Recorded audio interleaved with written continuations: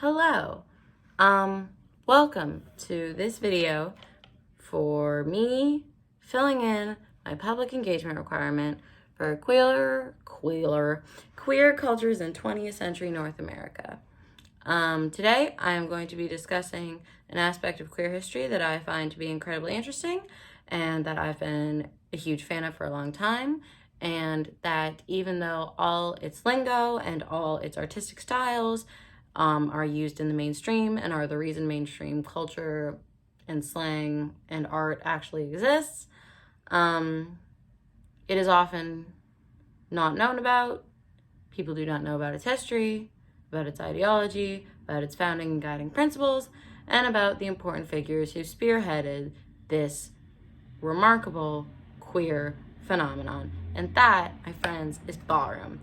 I think ballroom is amazing, so I'm going to give a quick history lesson on ballroom and then talk about the way ballroom has evolved in culture over time. So, ballroom as we know it was started in 1972. In 1972 by Crystal and Lottie LaBeija, founders of the House of LaBeija.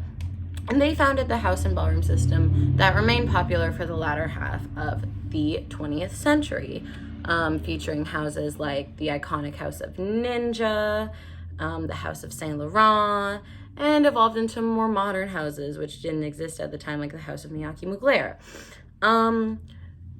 Lottie and Crystal's ballroom scene was dedicated to sort of responding to the racism and classism that was starting to emerge in the drag community, and went against all of the foundational aspects of drag, which are that it is an art form for lower class and Latina and Black queer people, specifically trans women, for them to have a space where they can excel and can be accepted, and have an art form that is totally their own. So despite that, unfortunately, ballroom became a frequent victim of appropriation. Specifically voguing has been appropriated a lot in mainstream media, which I'll get to.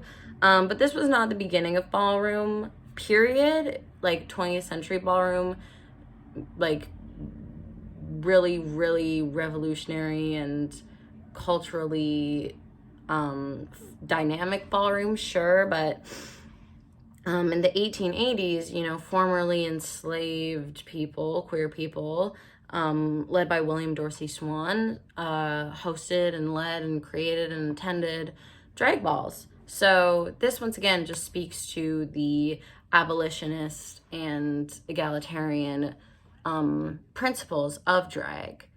Unfortunately, though, this style of ballroom was later appropriated and turned into a racist space. So Crystal and Lottie tried to make it not that, and then it became that again. So that is unfortunate. However, that does not diminish the incredible accomplishments by these figures in ballroom. Of course, the way most people first come into contact with ballroom is through the iconic documentary Paris is Burning. This came out in 1990, I believe, and features archival footage of the 1980s drag and ball scene in Harlem, New York. This is the only documentary I've ever watched where I watched it and actually remembered most of the details. It was the only documentary I watched where I didn't start disassociating halfway. Montreal. It's the only documentary I watched where I didn't start disassociating halfway through. So yeah, it is one of my favorite documentaries ever, and I really, really enjoyed it the first time I watched it. However, this time around, I had more nuance and insight and perspective. For example, the director did not compensate any of the performers featured in the documentary, and she was a wealthy white Yale graduate with a video camera who pathologized a lot and focused a lot on tragedy and did not acknowledge her own subjectivity in making the film. So, although it is a great collection of footage from the balls and it is an important part of queer history, there are still a lot of problems with Paris is Burning. Similarly, there's Madonna's Vogue, which was sort of the introduction of ballroom into mainstream, less so introduction, more so appropriation and forced introduction of ballroom into mainstream. And in the video, it's got Madonna voguing, sort of singing about it as if she knows what it is, when clearly based on lyrics, she doesn't. It's got actual ballroom performers in it, but they're sort of decentered and take a back seat to Madonna. And also, the whole video just kind of depoliticizes Vogue and ballroom as a form of activism and as a form of retaliation towards classism and racism. And although it does break me to speak ill about a Madonna song, because I do love that song, it does more harm than good in terms of introducing ballroom and Vogue to a wider population.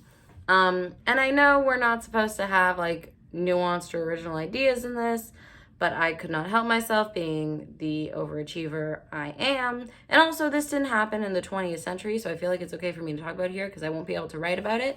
But this conversation surrounding Vogue reminded me a lot of a music video that came out in 2020, which was the music video for Don't Stop by Megan Thee Stallion. What is interesting is that Don't Stop also features two drag/ballroom performers, Michaela Lanvin and Honey Balenciaga, both of whom were featured on the show Legendary. Now, for those of you who do not know, Legendary is a show, a reality competition style show in which ballroom houses compete in classic, ballroom battles like New Wave Vogue, Old Wave Vogue, hair, gowns, face, body, etc., in order to win a prize. And Megan Thee Stallion herself was one of the judges on that show. And although I, once again, love Megan Thee Stallion, and it breaks me to have to critique her in this strictly cultural academic context, one of the problems with her being on the show is that she is not a member of the ballroom community, nor has she ever been. She is a cisgendered woman, although like her sexuality is kind of ambiguous, as she is stated in her music, and she is obviously like an incredible representative for Black women in the media, especially in music. And so for that reason, she is an incredible person to look up to, and I'm glad she is in the spotlight. However, ballroom should be a space for ballroom performers. This seems logical. However, people were like, oh, it's good that she's got these two performers from the show in her music video. However, should she have even been on the show in the first place judging these performers? What's different, though, about this in Vogue is that these dancers, although they're being taken out of their political ballroom context, the song is not really appropriating anything about ballroom. It's not like Vogue, which is about a dance that was literally created by ballroom. It's just about kind of being a bad bitch and shaking your ass, which is kind of what all Megan Thee Stallion songs are about, which is part of the reason why I love her. But at the same time, that doesn't really give an excuse to sort of decenter the importance of having ballroom performers in your videos. Another thing, though, is that although the performers' names aren't really mentioned in the bulk of the video, social media is a thing now. And so she was tagging the dancers in her posts, promoting the song. She was mentioning their name in captions. She was like linking all their profiles and stuff, and they were posting about the song too. So it's interesting to sort of reevaluate the way ballroom has worked itself into the mainstream through the context of modern media, specifically social media. Like, how does that change the way we see the appropriation of ballroom? Anyways, that's just a very abstract thought that I'm sure cultural scholars of the future will figure out in due time.